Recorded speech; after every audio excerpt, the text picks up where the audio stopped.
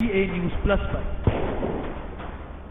नमस्कार, एक बार फिर आपके सामने मैं शकील साजिद हाजिर हूं डीए न्यूज का खास प्रोग्राम शौर्य गाथा लेकर। जी, करतार सिंह सराभा और गदर पार्टी के 6 अन्य क्रांतिकारियों की शहादत भारत की आजादी की लड़ाई में एक महत्वपूर्ण पल के रूप में खड़ी है। गदर आंदोलन, जिसका नेतृत्व संयुक्त राज्य अमेरिका और कनाडा में पंजाबी प्रवासी श्रमिकों ने किया, और करतार सिंह सराभा जो इस आंदोलन में केंद्रीय व्यक्ति थे, अपनी नौजवानी के बावजूद सराभा के नेतृत्व और साहस ने भारत के क्रांतिकारी इतिहास पर एक अमिट छाप छोड़ी। हालांकि गदर विद्रोह अपने तात्कालिक उद्देश्यों को प्राप्त करने में विफल रहा, लेकिन उसने भारत की राजनीतिक चेतना में व्यापक जागृति पैदा कर दी। भगत सिंह जैसे क्रांतिकारी नेताओं ने इस आंदोलन के आदर्शों से बहुत प्रेरणा ली। उन्होंने इसे न केवल औपनिवेशिक शासन को उखाड़ फेंकने के लिए, बल्कि एक परिवर्तित सामाजिक व्यवस्था की कल्पना के लिए भी आधारभूत चीज माना। जब 1915 में अंग्रेजों को सशस्त्र विद्रोह के लिए पार्टी की योजनाओं का पता चला, तो सराभा और उनके साथियों को गिरफ्तार कर लिया गया, मुकदमा चलाया गया और मौत की सजा दी गई।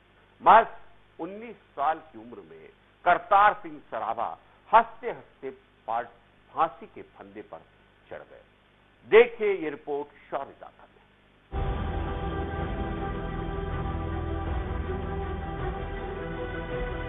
करतार सिंह सराभा का जन्म 24 मई 1896 को पंजाब के लुधियाना के पास सराभा गांव में एक जाट सिख परिवार में हुआ था।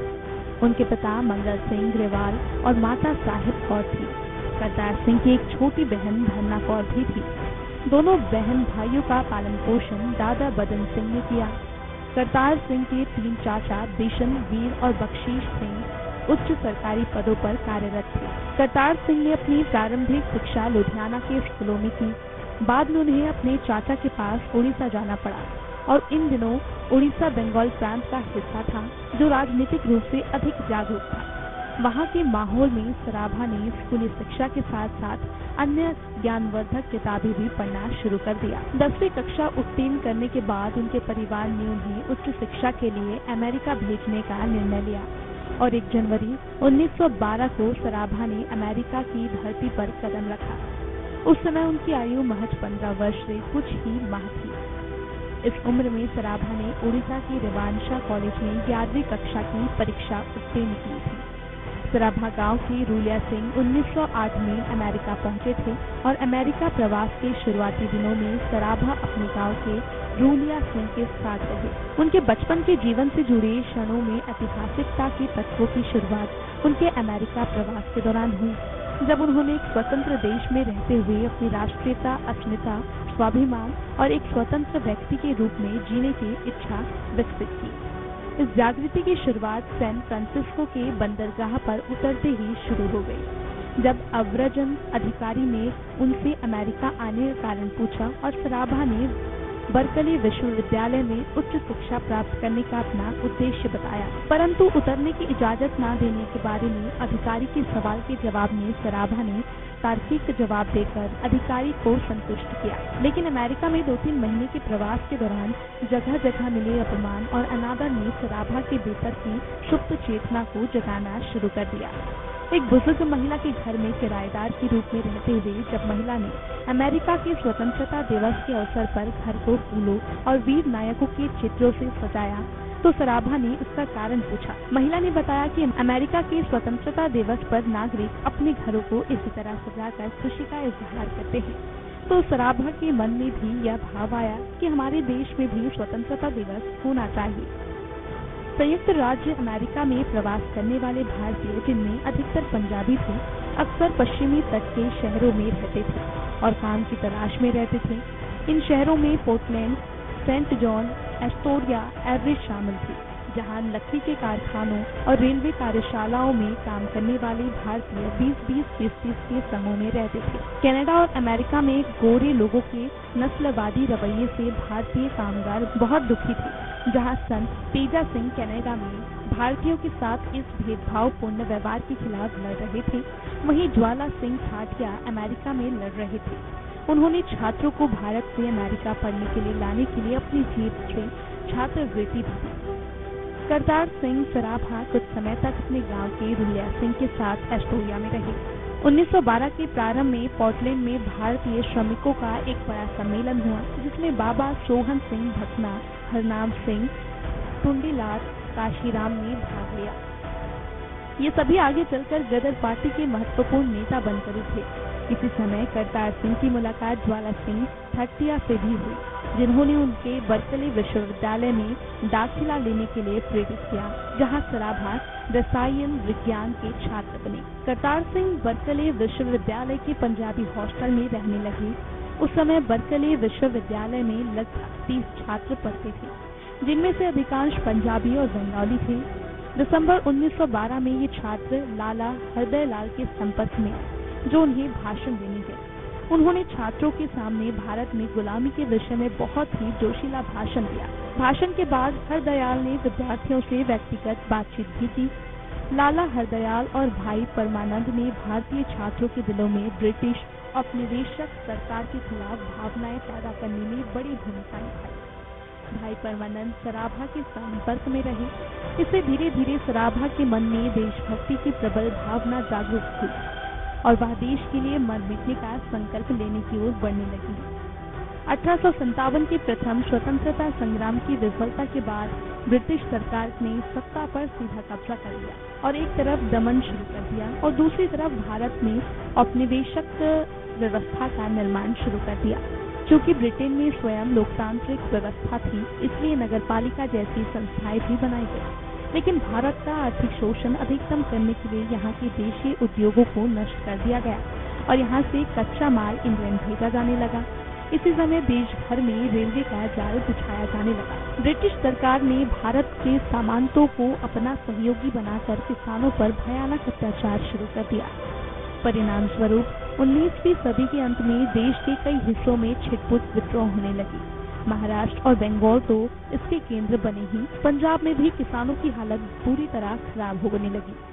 परिणाम स्वरूप 20वीं सदी की शुरुआत में पंजाब के किसान मजदूरी की तलाश में देश से बाहर कनाडा और अमेरिका की ओर जाने लगे। मध्यम वर्ग के छात्र भी शिक्षा प्राप्त करने के लिए इंग्लैंड, अमेरिका और यूरोपीय देशों में जाने लगे। भारत से कुछ लोग सबसे पहले 1895 से 1900 के बीच काम की तलाश में अमेरिका और कनाडा पहुंचे। 1897 में कुछ सिख सैनिक हीरक जयंती में भाग लेने के लिए इंग्लैंड आए और वापस जाते समय कनाडा से होकर गुजरे। उनमें से कुछ तो वहीं रह गए, लेकिन अधिकतर Punjabi Malaya, Philippines, Hong Kong, Shanghai, Fiji, Australia और न्यूजीलैंड जैसे देशों से सबसे पहले कनाडा और अमेरिका पहुंचे।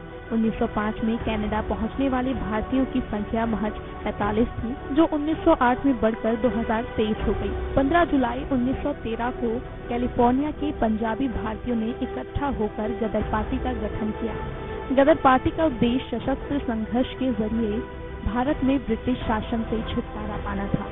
1 नवंबर 1913 को गदर पार्टी ने गदर नाम से एक अखबार छापना शुरू किया, जो पंजाबी, हिंदी, उर्दू, बंगाली, गुजराती और पश्तो में प्रकाशित होता था। करतार सिंह उस अखबार के प्रकाशन में काफी सक्रिय थे। जब 1913 के मध्य में गदर की पार्टी स्थापना हुई, जिसमें अमृतसर जिले के भकना गांव के सिख सोहन सिंह अध्यक्ष और लाला हरदयाल सचिव बने, तो करतार सिंह ने अपना विश्वविद्यालय का काम छोड़ दिया और लाला हरदयाल के साथ रहने लगे। इस दौरान उन्होंने क्रांतिकारी अखबार गदर को चलाने में उनके सहयोगी बन गए। उन्होंने अखबार के गुरुमुखी संस्करण की छपाई की जिम्मेदारी ली। उन्होंने इसके लिए देशभक्ति की कविताएं लिखी और लेख लिखे। करतार सिंह सराभा गदर पार्टी के उसी प्रकार नायक बने जैसे बाद में भगत सिंह 1925-31 के दौरान क्रांतिकारी आंदोलन के महानायक बने। बताया जाता है कि भगत सिंह करतार सिंह को आइडियल मानते हैं। ये माना जाता है कि जब भगत सिंह को गिरफ्तार किया गया था तो उनके पास करतार सिंह सराभा की तस्वीर मिली थी। यह अस्वाभाविक नहीं है कि करतार सिंह सराभा भगत सिंह के सबसे लोकप्रिय नायक थे, जिनका चित्र वे हमेशा अपनी जेब में रखते थे और नौजवान भारत सभा नामक एक युवा संगठन के माध्यम से वह पंजाब के युवाओं में स्वतंत्रता की प्रेरणा देने के लिए करतार सिंह सराभा के जीवन को स्लाइड शो के माध्यम से दिखाते थे। नौजवान भारत सभा की प्रत्येक सार्वजनिक बैठक और मंच पर करतार सिंह सराभा का चित्र रखा जाता था और उन्हें पुष्पांजलि दी जाती थी।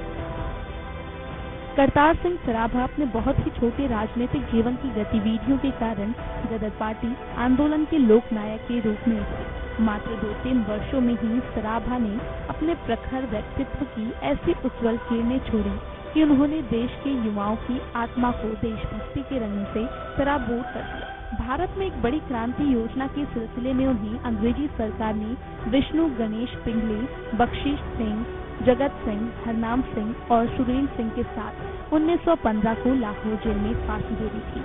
उस समय वह मात्र 19 वर्ष के थे। बता दें कि न्यायाधीश भी ऐसे वीर नायक को फांसी से बचाना चाहते थे और उन्होंने सराभा को अदालत में अपना बयान नरम करने के लिए समय और सलाह दी। लेकिन देश के प्रेरणा बने उस वीर नायक ने अपने बयान को नरम करने की बजाय और सख्त कर दिया और मौत की सजा मिलने के बाद खुशी में अपना वजन बढ़ाते हुए हंसते हंसते फांसी पर झूल गए।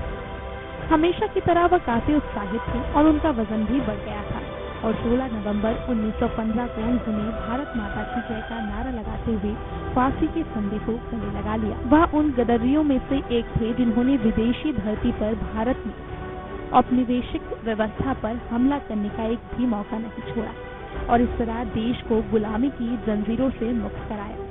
करतार सिंह सराभा द्वारा किया गया बलिदान, संघर्ष और सेवा हम सभी के लिए एक सबक है जिसे हमें सीखना चाहिए और अपने समाज और राष्ट्र की भलाई के लिए काम करना चाहिए।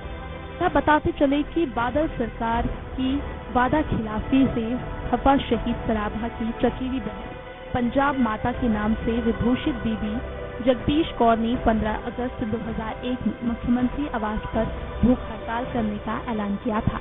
बीबी जगदीश कौर ने इस ऐलान में सरकार और अफसरशाही की हालत बिगाड़ दी थी। आनंद फानंद तत्कालीन बादल सरकार ने शहीद के पुश्तैनी मकान की मरम्मत और गांव की चौक पर यादगारी स्मारक का काम शुरू करवा दिया।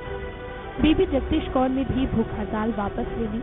सरकार ने शहीद सराभा के पुश्तैनी मकान को स्मारक घोषित कर पुरातत्व विभाग के हवाले कर दिया। इसके बाद पंजाब में सरकारें बदलती रही लेकिन शहीद के पुश्तैनी मकान की हालत नहीं बदली।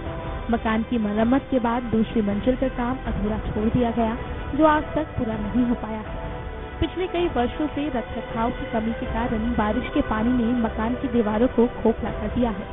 सभी दीवारें सीलन से भरी हैं। पुरातत्व विभाग के अधीन होने के कारण ग्रामीण अपने स्तर पर मकान की मरम्मत नहीं करवा सकते।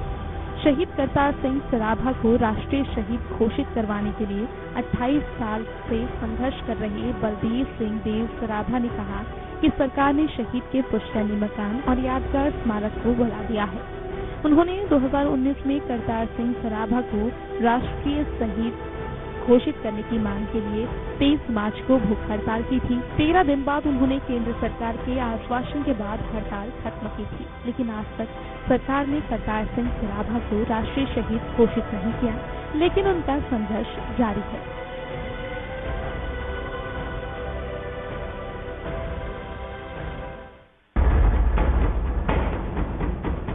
पग पग पर तेरी छाप छिपी, हो कहां अमर तुम मतवाले, कहीं रक्त गिरा कहीं शीश कटे, फिर भी ना डिगे तुम हटवाले।